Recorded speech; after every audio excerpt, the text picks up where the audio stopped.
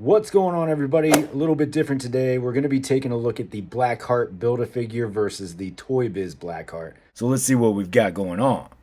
Let's check it out.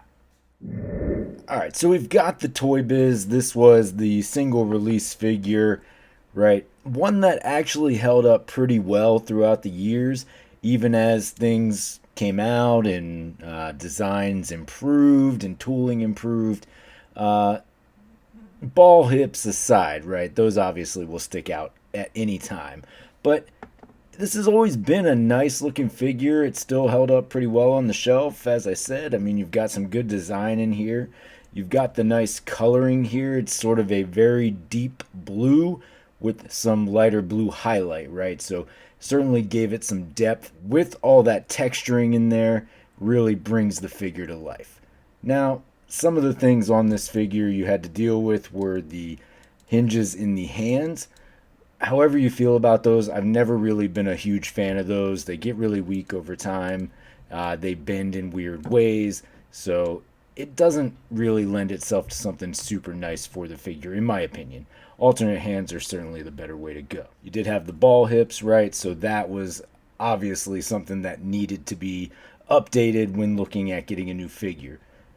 One thing I feel like worked out really well on this, though, was the hinge on the foot there. It gave you a more dynamic foot, kind of made it even creepier, right? You did get a bendy tail on this, although these days it doesn't really stick as much as it used to. You had some pretty decent articulation for back then, too. I mean, definitely got that ratchet in there. Sounds pretty loud and crispy. You know, fairly decent figure, plenty of points of articulation. Overall, a nice looking paint deco. So if you're not going to build out the Build-A-Figure or you don't care that much, you probably can get this one for a lot cheaper these days. So, hey, still a pretty decent looking figure on your shelf. And then there's the Build-A-Figure, right? Brand new, nice and fresh, crispy. Pretty flat design, right? So you're just in black. You don't get any sort of airbrushing, dry brushing, any sort of wash to give it an overlay, but still get the good design throughout, the updated articulation. So a lot of things to really like about this figure. Face sculpt is definitely better, in my opinion. I mean, you may disagree with that, but with the way the hair is on there and the way it comes out aesthetically, I do think the new one certainly takes an advantage. Like I said, with the Toy Biz one, you had the hands that had the point of articulation. It didn't have the individual fingers like you would see, but it had the fold in the middle of the hand. Here, you get the additional hands. So for your first set, you do get an open set of hands, and then you get another open hand, but more of a pointing type hand, and you get a closed fist. So, fairly decent options. I think I'll probably go with this one on the shelf and then maybe the open hand.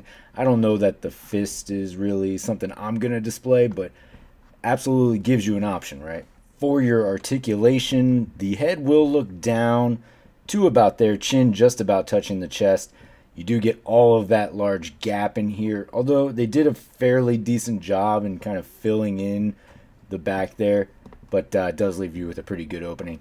Head does not go backward at all because of this large mane back here, so you're not going to get anything going backwards. You do get some good rotation, though, and some rock, so you can certainly move the head in multiple directions.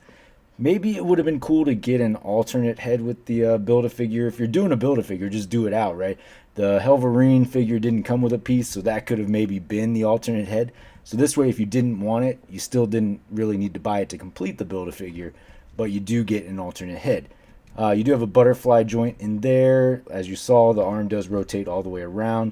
Upper bicep cut, double jointed, pinless at the elbow. Nothing at the forearm there, and then your hinge at the wrist. You do have the upper diaphragm, which is great because that gives you plenty of rotation and movement, and then your lower ab crunch. So good torso there. leg will kick up and out to about there, back to about there, and then up and out to there. So you get some good sideways movement there. Upper thigh cut, double jointed pinless at the knee, nothing at the calf, and then your hinge at the ankle. Swivel as well.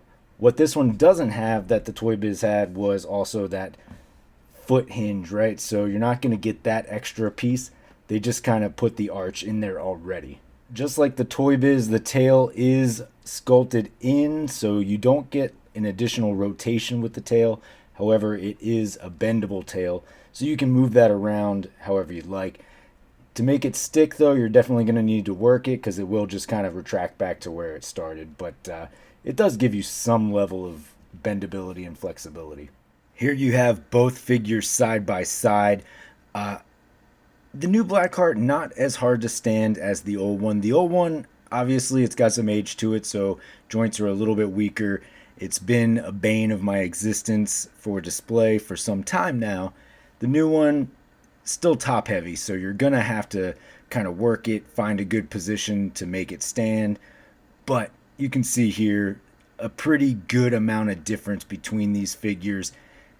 Side by side, the new one to me certainly takes the advantage. However, I like the paint app on the older figure. It just gives it a little bit more dimension, a little bit more uh, liveliness, right? So, kind of like that. Maybe in a few years, when you get the inevitable re release of this Blackheart figure as a deluxe, it'll have the paint scheme of the Toy Biz figure. Who knows, right? Certainly a possibility. I'm calling it now. So, all in all, both are nice figures. You're not going to be bad, looking with the Toy Biz in your display. Still nice for an older figure, but I definitely like the Build-A-Figure a lot better. I think it's going to look much better in my display. Another thing is the Build-A-Figure definitely has some more weight to it. The Toy Biz figure was much lighter. Alright, folks, well, there you have it. There is your Blackheart Build-A-Figure. We're done with the Strange Tales wave. Overall, a pretty mixed bag in the wave. I liked the amount of new characters we have. I don't think we need some of the re-releases that we got or updates to certain figures. However, they did come out as nice updates, so I will give them that. For those of you who were looking for those, they were perfect for you. For those of us who were mainly after this Build-A-Figure, I think it was worth it. This Build-A-Figure looks great. He's going to display well.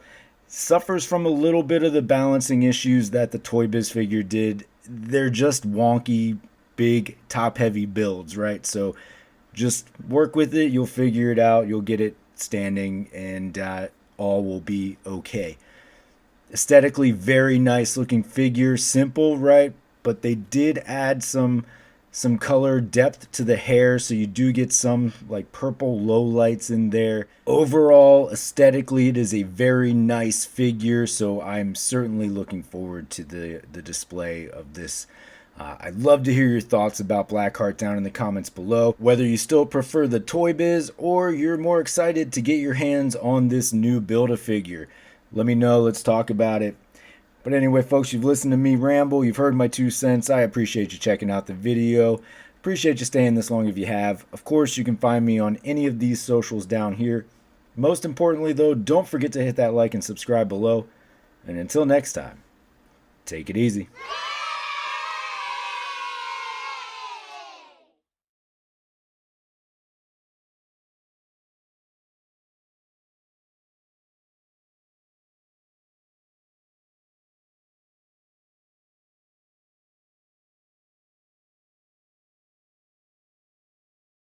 Build-A-Figure. We are done with the strange